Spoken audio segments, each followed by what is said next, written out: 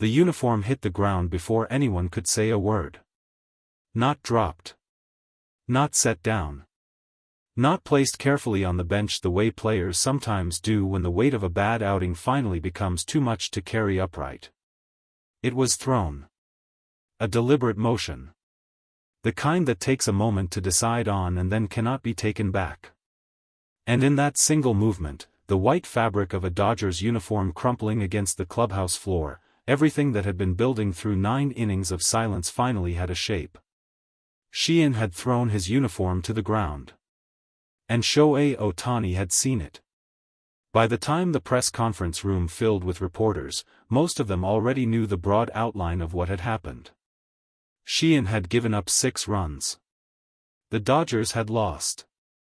The 4th inning had been the kind of inning that doesn't just cost a team a game, it costs them something harder to recover. Momentum. Belief. The quiet confidence that accumulates across a winning stretch and disappears in a single bad stretch of pitching. But the broad outline was not the story. The story was what happened inside the 4th inning. The story was what Roberts had seen from the dugout. The story was the 47 seconds that preceded the moment everything fell apart, and the conversation that Sheehan had chosen, in that moment, to ignore. Roberts walked into the press conference with the look of a man carrying more than he had planned to say publicly. He sat down. He adjusted the microphone slightly. He looked at the table for a moment before looking up. Then he said it. Sheehan ignored Ohtani's advice. The room shifted. Not loudly. Not with the kind of audible reaction that press conferences sometimes produce when a genuinely unexpected name gets dropped into a genuinely unexpected context. It was quieter than that. The shift was in the posture of the reporters, the slight lean forward, the pens that stopped moving and then started again, the pause before the next question that confirmed everyone in the room had heard the same thing and was still processing it. Ohtani's advice. In the framework of a professional baseball team, those 2 words carry a specific weight. Ohtani is not the pitching coach. He is not the manager. He is not a veteran assigned to mentor younger arms through the grinding reality of a major league season.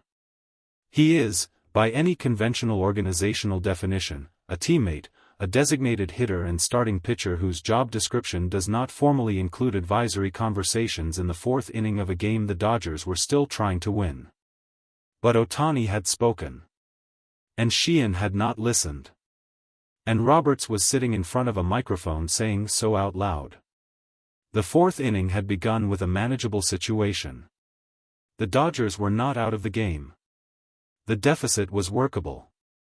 Sheehan had shown enough in the first 3 innings to suggest that the night could still be salvaged if the 4th held, if the Dodgers could get through it without conceding more ground, without giving the other team the kind of inning that makes a comeback feel not difficult but impossible. Ohtani had come to him between innings. What was said in that conversation has not been fully detailed publicly. Roberts did not offer the specific words. He offered only the shape of the moment, that Ohtani had identified something, had communicated it, had given Sheehan something precise and actionable that came from the kind of baseball mind that sees the game at a frequency most players never reach. Sheehan had nodded. And then he had gone back out to the mound and done the opposite. 6 runs. The number sat in the middle of every conversation about that inning the way numbers sometimes do, not just as a statistic, but as a verdict.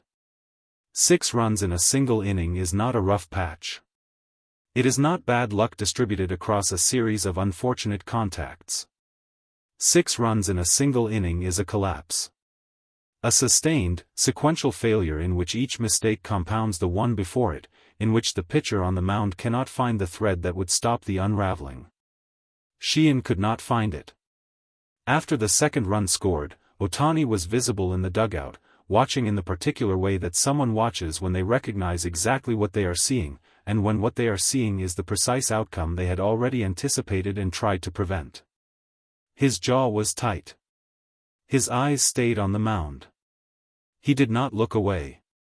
After the 4th run, a teammate near him said something. Ohtani did not respond. After the 6th run, the inning finally ended. The damage was done. The clubhouse afterward had the specific silence of a room where something more than a game has been lost. Not the heavy silence of a close loss, where the feeling is grief and proximity, where you sense that one pitch, one at-bat, one moment going differently might have produced a different scoreboard. This was a different kind of silence. Flatter.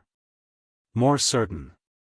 The silence of a room where accountability was already taking shape before the final out had been recorded. Sheehan came in from the dugout. He found his locker.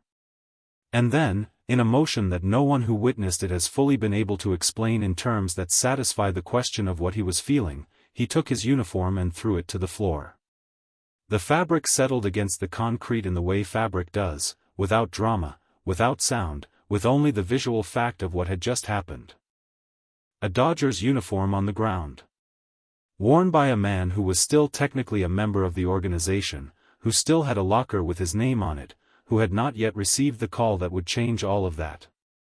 But Ohtani had seen it.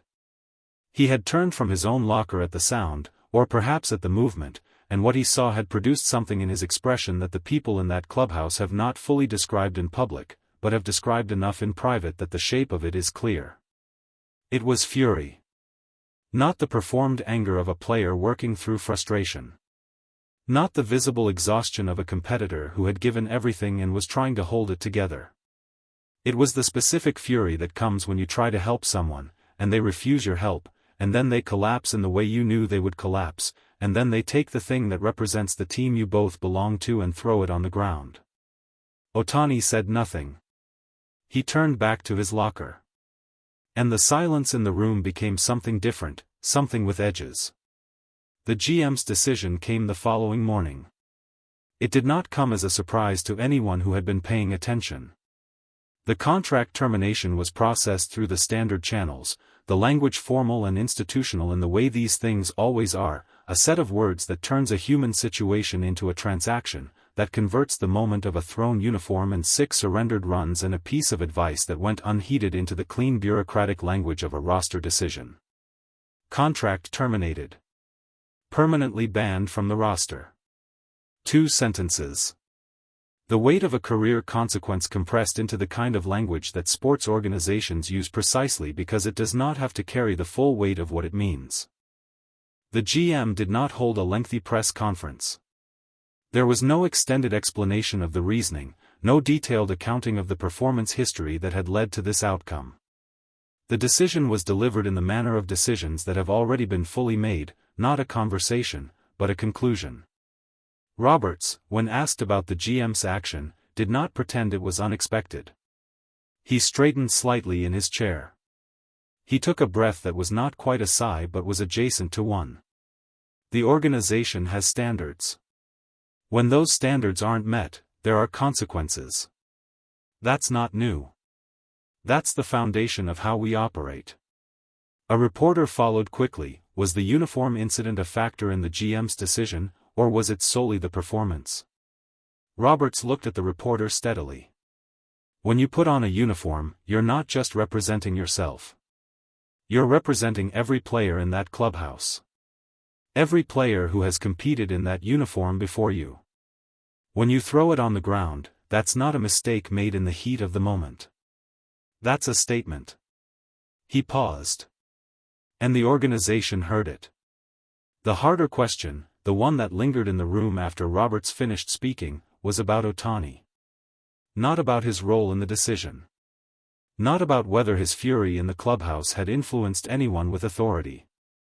But about the larger implication of what had been revealed, that Ohtani had seen something in the 4th inning that Sheehan had not acted on.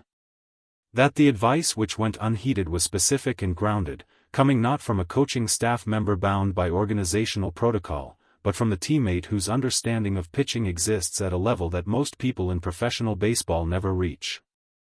A reporter asked Roberts directly, what exactly had Ohtani seen? Roberts considered the question for a moment. When he answered, his voice was a fraction quieter. He saw the grip. He saw what Sheehan was doing with his release point. And he told him, between innings, specifically, clearly, what needed to change if the 4th inning was going to go differently than the 3rd. And Sheehan went back out and didn't change it. The room absorbed that. The full implication of it. This was not a pitcher who had been ambushed by a bad inning. This was not a situation where the collapse had arrived without warning, without the opportunity to course correct. There had been a warning. There had been a correction offered. And the correction had been declined, not through ignorance, but through whatever combination of confidence and stubbornness and in-game inertia had led Sheehan to believe he knew better. 6 runs later, the evidence was in. Ohtani has not spoken publicly about any of it. He gave a brief comment after the game, the kind of comment that professional athletes give when they are navigating a situation in which what they say publicly will carry far more weight than what they mean privately. He talked about the team. He talked about moving forward. He used the language of professionalism that the situation required and offered nothing beyond it. But the clubhouse had already told the story. The thrown uniform. The silence that followed. The fury in Ohtani's eyes that had not needed words to communicate everything it contained. There are moments in a season that don't show up in box scores. Moments that don't get captured in the statistical record of wins and losses and earned run averages and batting averages. Moments that live only in the memory of the people who were in the room, who saw what happened and understood, without needing it explained, what it meant. This was one of those moments. The 4 lockers that had been emptied before this were still empty. Now there was a 5th. The Dodgers moved on in the way the Dodgers always moved on, by preparing for the next game, by making the next decision, by turning the machinery of a professional baseball organization toward the future with the kind of deliberate efficiency that had made them one of the most formidable operations in the sport. The reinforcements that Roberts had announced were being integrated. The roster was being reshaped. And somewhere in the accounting of all of it, the contract termination, the permanent ban, the 6 runs, the thrown uniform, the advice that went unheeded, there was a fact that was almost too simple to say out loud, but that the Dodgers' entire off-season and every day of the current season had been quietly building toward. When Ohtani tells you something about pitching, you listen. You listen because of what he has demonstrated every time he has stood on a mound. You listen because of the 0.73 ERA that makes analysts reach for words they don't normally use in baseball conversations. You listen because of the first pitch home runs and the 5 scoreless innings and the bases-loaded sweepers that end rallies before they can become catastrophes. You listen because he has earned, through accumulated evidence that is now impossible to argue with, the right to be heard. Sheehan had not listened. And the Dodgers had made clear, in the most permanent terms available to them, that in this organization, in this clubhouse, under this manager, alongside this particular teammate, that was not something they were willing to accept. The uniform was still on the floor when they made that decision.